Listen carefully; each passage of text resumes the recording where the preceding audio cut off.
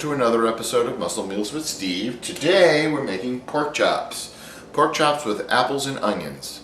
Really tender and very juicy pork chops. Very simple, and thought we would give it a shot today. So let's get cooking. Okay, the first thing I've done is prepared the pork chops. These are very, very thick chops, and I use them with no bone, but if you like a different kind of pork chop, that's fine.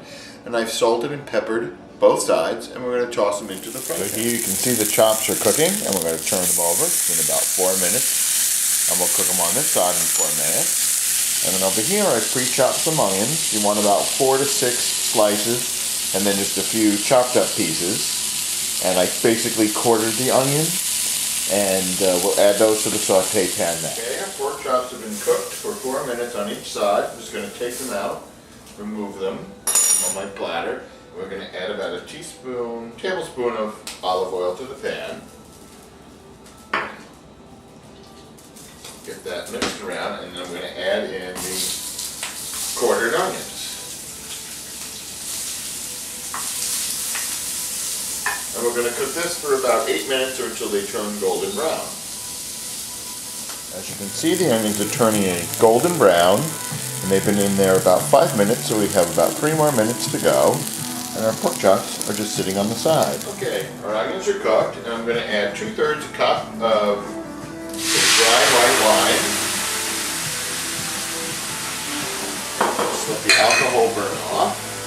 And then we're going to return the chops to the pan. And we're going to cook it covered for 15 minutes. Okay, so let's add the pork chops back to that onion and wine mixture. Get them nestled in there. And then I'll pull out a cover and turn it down to medium-low, and we will cook them for 15 minutes, and then we'll go on to the next time. While the pork chops cook, let's get our apples ready.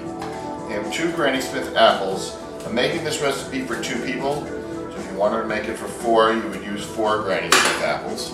I've peeled them, and I'm going to cut them into 8 pieces. My slicer.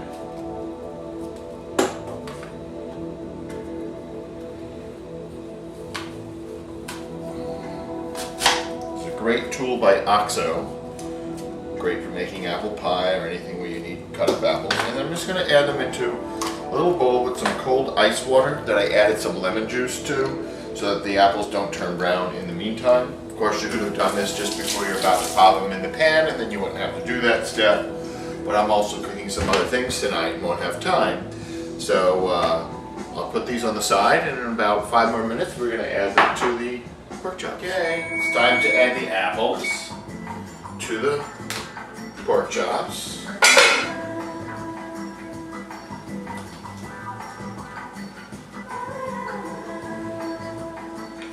And recover it. And now we'll cook it for 25 minutes. With the cover on. With the cover on, we'll cook it for 25 minutes, and then we'll take the cover off, take the pork chops out, reduce the liquid down a little bit, and we'll be ready to plate this dish. Give you a quick shot of what it looked like when I added the apples. I really could use a cameraman. If anybody out there wants to volunteer, it would be very helpful. I've removed the pork chops from the pan. They're sitting right over there. And we're just going to cook this for a few more minutes, just so that the apples cook completely. And then I'll take the cover off for 2 minutes and let some of the juice evaporate. And the pork's ready to put on the plate. And here's the plated pork. I hope you enjoy it. I've served it with pasta and asparagus, but you can serve it with a side of white rice or anything. Enjoy! As always, thanks for watching another episode of Muscle Meals with Steve. I hope you enjoy the pork recipe. It's great for a fall evening. And as always, good health through good cooking and great eating. Have a good evening. Thanks for watching.